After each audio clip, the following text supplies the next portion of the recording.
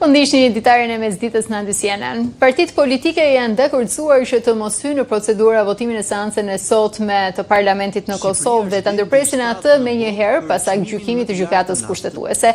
Do të pritet edhe takimi i nesërm i liderëve. Seanca e radhës do të mbahet të dielën. Më herët ka pasur një takim konsultues mes kryesuesit të seancës konstituive Avni Dehari dhe përfaqësuesve të gjitha partive parlamentare. Kandidatja e lëvizjes vetëvendosje për kryetarin e kuvendit të Kosovës, Albulena Haxhiu, është zotuar se do të tërhiqet nëse deputetët nuk e votojnë në votim të fshehtë.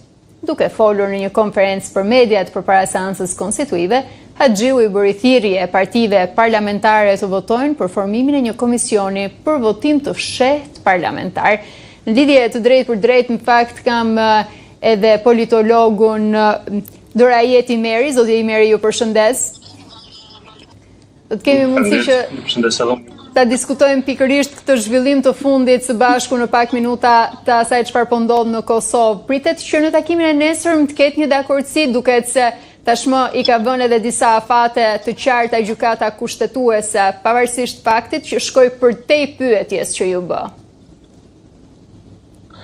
Keni të drejtë. Në fakt, gjykata kushtetuese shumë pak përgjigj në pyetjen që ju shtrua asaj. Me një fjalë do të them nuk është që është marrë fare deri një masë ose sa është pritur në lidhje me mënyrën se si duhet të thotë dhe se në raport me votimin e fshehtë. Madje gjykata kushtetuese ka shkuar edhe përtej kësaj duke i përmendur ditë kohë për të konstruar kuvendin që s'ka qenë e tëshme do të thënë nga juristët në vend. Por ka shumë interpretime se çfarë do të prodhoi kjo tashmë, sepse çka pas 30 ditësh a do të shkojnë në vendin e zgjedhjeve apo çfarë procedura do të ndiqen nga institucionet e tjera të drejtësisë, në rastin tonë prokuroria, por ndoshta runa zot për mos kostojmë të kuvendit të Kosovës, duke e ditur se polarizimi s'ka shumë në Kosovë dhe në kohë do të i thellë. Nuk pres diçka të jashtëzakonshme të ndodhë në seancën e ardhshme, pa një dakordim ose pa një gatishmëri reale të partive politike që aktualisht është i munguar, do të thoya. Për momentin që flasim, partitë politike kanë marrë, si ta themi, me seriositet situatën, sepse kanë parë që do të mund të hyjnë në një cikël pa mbarim krizash, dhe kemi thënë në të vazhdueshme të njëjtën. Por gjykata sikur me duket sikur ka filluar të izgjej ata nga agonia politike që kishin hyrë tash disa muaj. Por dua të ndalem pak edhe tek ajo çfarë është në tryezë, të paktën në tryezat televizive, se duket se pak thuhet edhe nga palët politike, nëse mund të ketë dakordsi apo jo mes tyre. Cilat janë zgjidhjet e mundshme, duke pasur parasysh vijat e kuqe që kanë vënë të gjitha partitë politike pjesëmarrëse në këtë zgjedhje?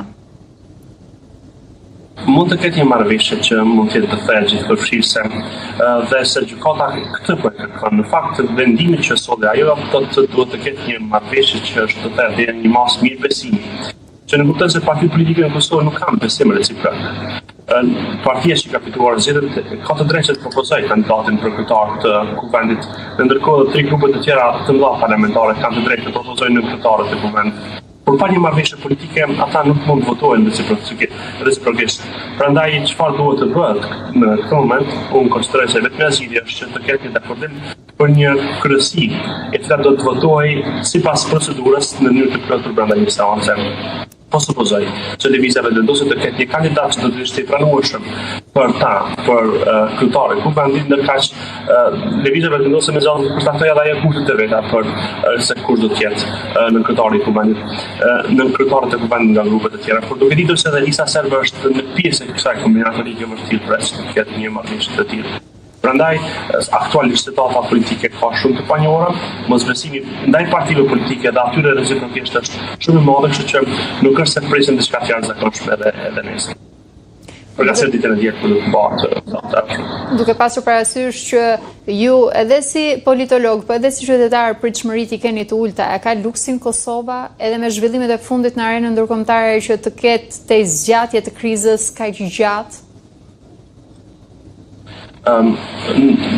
Partitë politike mund të më demantojnë të tjerën, por duke njohur ata dhe duke i parë realisht qëndrimet e deri tani është vështirë që të mund të ketë një lëvizje të thjeshtë pozitive.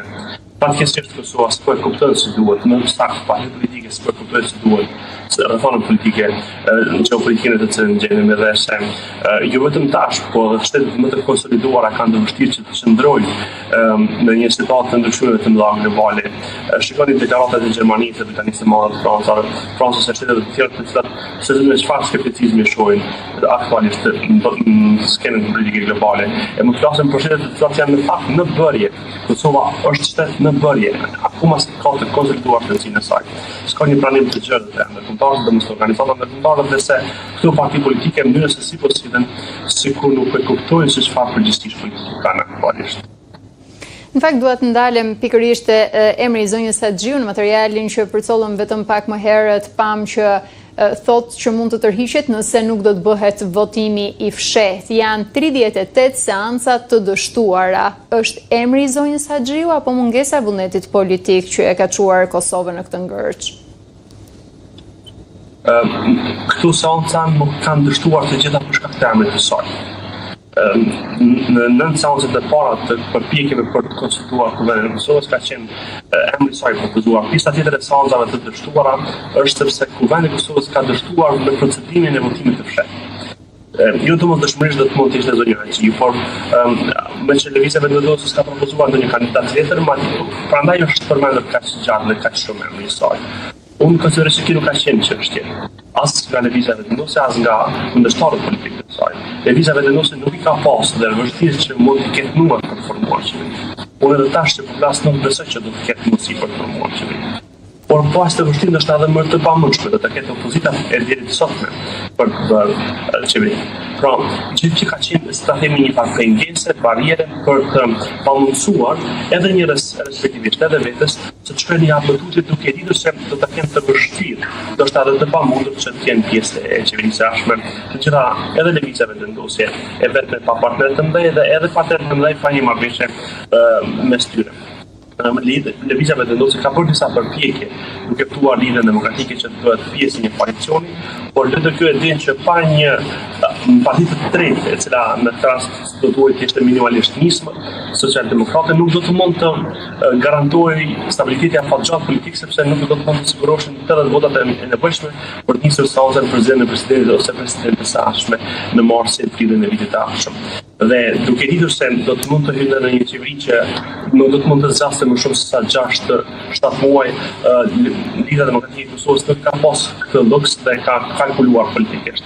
Por në tjetër nuk ka një pjesë nga lëvizja vendosje për këtë kandidatën për formuar një shumicë të re dhe këtyre me kuptojnë se partitë politike në fakt janë barikaduar dhe me gjas nuk po din ta lexojnë realisht rezultatin që do të thasë nuk mund të shqipërisni pa një bashkëpunim të partijave. Zoti Meri, unë nuk po ju marr më shumë kohë nga koha juaj, unë ju falenderoj shumë që patët mundësi të lidheshit edhe të na bënit një sqarim të kësaj natyre për atë çfarë po ndodh në Kosovë në këto momente. Falenderoj për mundësinë.